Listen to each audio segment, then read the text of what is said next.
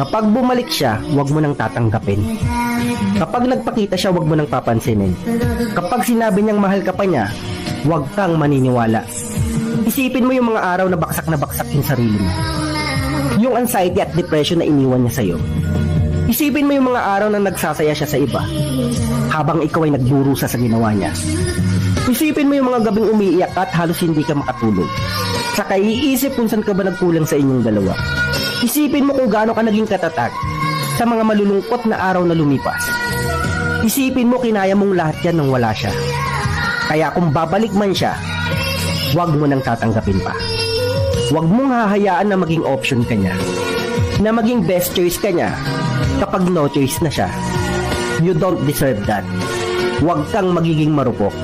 Huwag mong hahayaan yung sarili mo na bumalik ka pa sa sitwasyon na minsan mo napagdaan.